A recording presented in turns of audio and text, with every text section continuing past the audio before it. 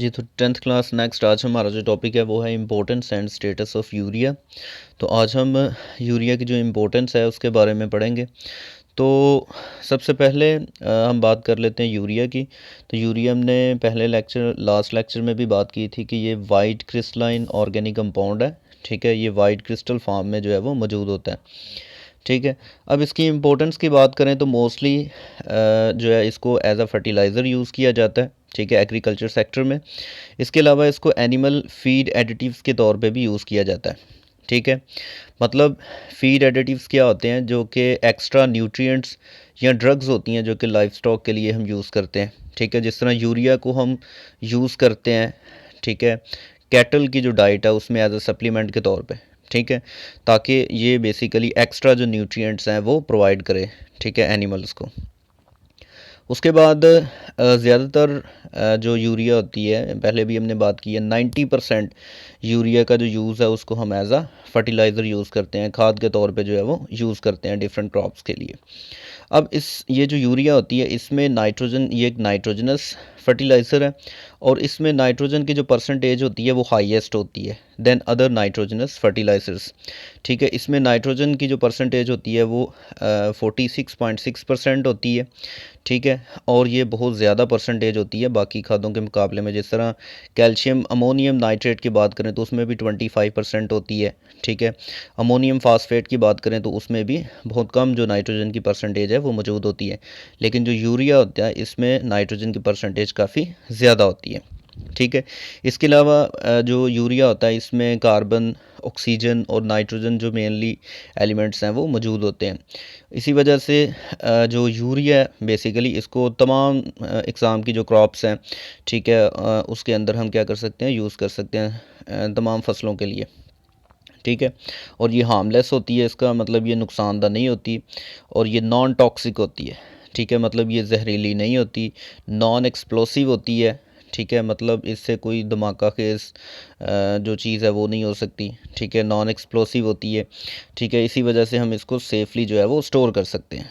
ठीक है, उसके बाद इसकी जो प्रॉपर्टी ये पानी के अंदर जो होती है, ठीक है, वो इजीली सॉल्युबल होती है। ठीक है, कोई भी फर्टिलाइज़र्स है उसकी सबसे अच्छी जो प्रॉपर्टी यही होती है कि वो पानी के अंदर जो है वो इजीली हल हो।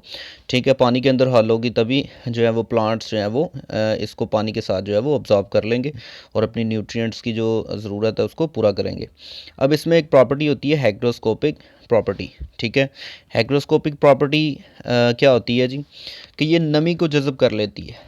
ठीक है, यूरिया जो खाद होती है, ठीक है, यूरिया फर्टिलाइज़र जो है ये हैग्रोस्कोपिक होती है, मतलब ये नमी को जज़ब कर लेती है।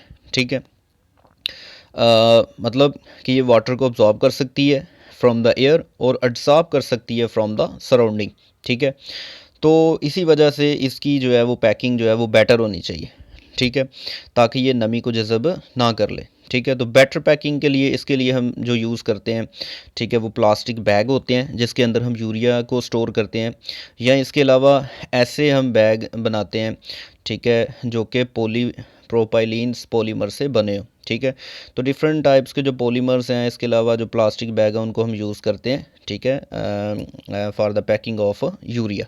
ठीक है, ताकि ये नमी वगैरह को जज़ब करके ख़राब ना हो। उसके अलावा जो यूरिया होता है इसको हम बहुत से इम्पोर्टेंट जो कंपाउंड्स हैं, ऑर्गेनिक कंपाउंड्स हैं, उनकी मैन्युफैक्चरिंग में एज अ रॉ मटेरियल भी यूज़ करते हैं। ये देखें तो ये यूरिया है हमारे पास बेसिकली। ठीक है, और यूरिया का फार्मूला क्या होता है, NH2, ठीक है, CO और NH2। ठीक है, ये फार्मूला हमारे पास यूरिया का, और इसको हम देख भी सकते हैं। ठीक है, ये हमारे पास यूरिया है। ठीक है, जो कि वाइट क्रिस्टलाइन सॉलिड है। ठीक है, नेक्स्ट अगेन देखें तो ये हम क्रॉप्स की ग्रोथ के लिए यूरिया को जो है वो यूज़ करते हैं। ठीक है, तो उसके बाद हम बात करें तो जो यूरिया होता है इसको हम एक्सप्लोसिव मटेरियल बनाने के लिए भी यूज़ करते हैं, मतलब धमाका खेज़ मवाद जो होता है, ठीक है, वो बनाने के लिए हम यूरिया को यूज़ कर सकते हैं। ठीक है, उसके बाद इसका जो यूज़ है जो कि बहुत ही इम्पोर्टेंट है पोल्यूशन को कंट्रोल करने के लिए, इसको हम ऑटोमोबाइल के अंदर जो है वो यूज़ करते हैं। ठीक है, और इसका मकसद क्या होता है कि गाड़ियों के जो एग्जॉस्ट होता है उसके अंदर नाइट्रोजन के ऑक्साइड होते हैं, ठीक है, नाइट्रोजन के प्लूटेंट्स होते हैं। ये हम प्रीवियस चैप्टर्स में पढ़ चुके हैं कि जो प्लूटेंट्स हैं, ठीक है, वो क्या करते हैं जी, पोल्यूशन काज करते हैं, ठीक है। जिस तरह नाइट्रोजन के जो ऑक्साइड हैं वो अगर एयर में शामिल होते हैं तो एयर पोल्यूशन का बाइस बनते हैं, ठीक है। और ये हार्मफुल जो है वो प्लूटेंट होता है। ये हमारे पास जो नाइट्रोजन के ऑक्साइड है ये हार्मफुल होते हैं। तो हम क्या करते हैं कि जो यूरिया का सॉल्यूशन होता है ना, ठीक है, उसको हम एक सेपरेट स्टोरेज टैंक के अंदर स्टोर कर लेते हैं, ठीक है, जो कि किसके साथ लिंक होता है जी, साइलेंसर के साथ लिंक होता है, जिससे गाड़ियों का एग्जॉस्ट निकलता है। उसके साथ ही हमने एक स्टोरेज टैंक फिक्स कर लेते हैं जिसके अंदर हम यूरिया सॉल्यूशन डाल लेते हैं। अब यूरिया सॉल्यूशन जब गाड़ियों से एग्जॉस्ट निकलता है, ठीक है, जब गाड़ी के इंजन से, ठीक है, जो एग्जॉस्ट वगैरह निकलेगा उसके अंदर हम क्या करते हैं, यूरिया सॉल्यूशन को जो होता है वो इंजेक्ट कर देते हैं फाइन पार्टिकल्स की सूरत में हॉट एग्जॉस्ट गैसेस के अंदर। अब यूरिया जो होता है, ठीक है, वो क्या होता है, उसको हीट मिलती है, ठीक है, मतलब एग्जॉस्ट गैसेस जो होती हैं वो हॉट होती हैं, वो क्या करती हैं कि यूरिया को कन्वर्ट कर देती हैं अमोनिया के अंदर। अब कैटालिटिकल कन्वर्टर के अंदर जो अमोनिया होती है वो क्या करती है कि नाइट्रोजन के ऑक्साइड जो होते हैं जो कि हार्मफुल होते हैं उसको लेस या हार्मलेस नाइट्रोजन गैस में कन्वर्ट कर देती हैं और साथ में वाटर वेपर जो है वो प्रोड्यूस होते हैं। तो नाइट्रोजन मतलब कि नाइट्रोजन के ऑक्साइड को ये किस में कन्वर्ट कर देती है, नाइट्रोजन गैस के अंदर, जो कि एयर में शामिल हो जाते हैं और ये हार्मलेस होती है जो नाइट्रोजन गैस होती है, ठीक है। उसके बाद अगर हम बात करें तो पाकिस्तान के अंदर बात हो रही है कि कौन कौन से यूनिट्स हैं जहाँ पे यूरिया की जो है मैन्युफैक्चरिंग की जाती है। तो 6 यूरिया यूनिट्स, 6 जो है वो पाकिस्तान के अंदर यूरिया को मैन्युफैक्चरिंग करने के यूनिट्स हैं, ठीक है। और जो मेजर 4 हैं, ठीक है, वो हैं फौजी फर्टिलाइज़र कंपनी, उसके बाद एंग्रो केमिकल्स, फौजी फर्टिलाइज़र्स, बिन कासिम एंड वो हेरिक्यूल्स कंपनी जो है, ठीक है, ये क्या करती हैं जी, पाकिस्तान के अंदर यूरिया की मैन्युफैक्चरिंग करती हैं। उसके बाद फौजी फर्टिलाइज़र्स जो है वो बिगेस्ट फर्टिलाइज़र मैन्युफैक्चरिंग यूनिट है, ठीक है, जो कि जिसके जो है वो 59% मार्केट शेयर्स हैं, ठीक है। तो ये 6 यूनिट्स हैं, ठीक है, पाकिस्तान के अंदर जो कि यूरिया की मैन्युफैक्चरिंग करती हैं, ठीक है। और उसके बाद जो गवर्नमेंट होती है बेसिकली, ठीक है, वो भी क्या करती है कि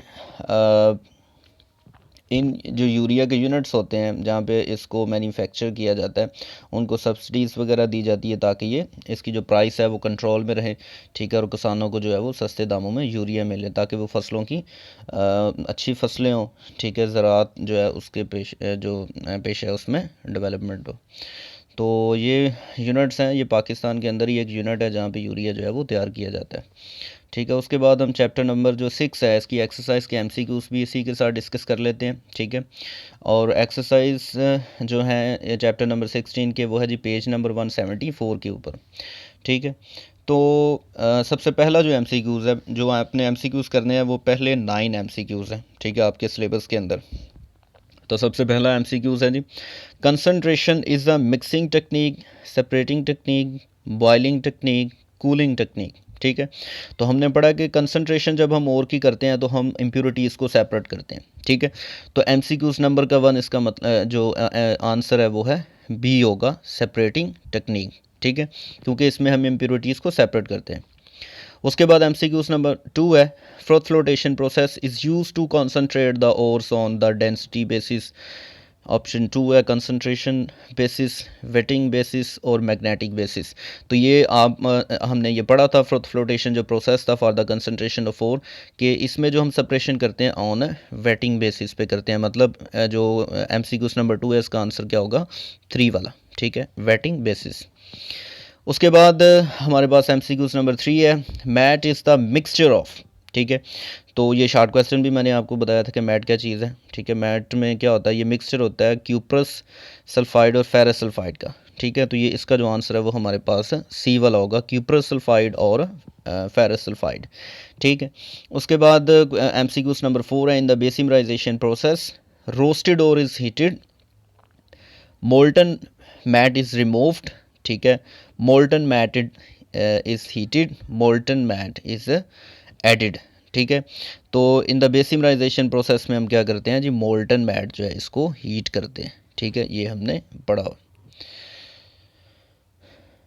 उसके बाद MCQs नंबर 5 है, कंसनट्रेशन ऑफ द कॉपर और is carried out by the, जो हम और की कंसनट्रेशन कर सकते हैं वो हम किस तरीके से कर सकते हैं, वो कैल्सी नेशन है। ये तो एक प्रोसेस है, रोस्टिंग जो है ये मेटल को एक्सट्रैक्ट करने का प्रोसेस आ जाता है। डिस्टिलेशन में हम उनके बॉइलिंग पॉइंट्स की बुनियाद पे सेपरेट करते हैं।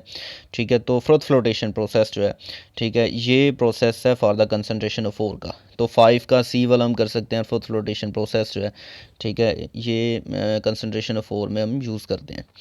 उसके बाद है when the carbon dioxide is pass through the ammoniacal brine the only salt that precipitate is the sodium bicarbonate, ammonium bicarbonate, ठीक है, सोडियम कार्बोनेट। ठीक है, तो इसमें देखें तो हमारे पास जो ओनली साल्ट प्रेसिपिटेट होता है, अगर आप इसको पढ़ें तो वह है सोडियम बाइकार्बोनेट। ठीक है, ये वाला हमारे पास।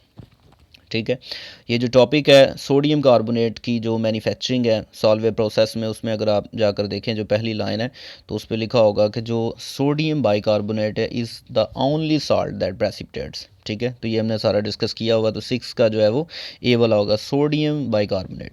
उसके बाद 7 है, in the Solvay process the slaked lime is use to prepare carbon dioxide, prepare quick limes, recover ammonia, form the sodium carbonate.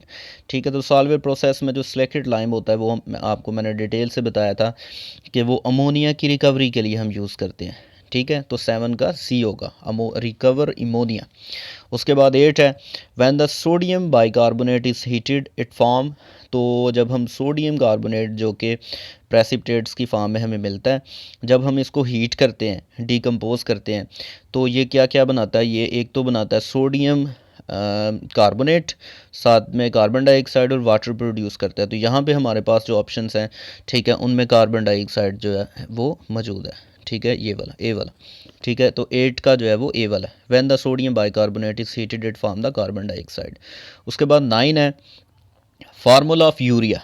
ठीक है, तो अभी मैंने आपको एक पिक्चर में ये भी दिखाया था इसका यूरिया का फार्मूला क्या होता है। ठीक है, तो वो क्या था जी, हमारे पास NH2CONH2। ठीक है, तो 9 का जो है वो D वाला है। ठीक है, ये हमारे पास जो है वो यूरिया का फार्मूला होगा। ठीक है, तो ये आज आपने MCQs जो है वो करने हैं, और इसके साथ जो इम्पोर्टेंस और जो स्टेटस था यूरिया का उसको भी आपने याद करना है।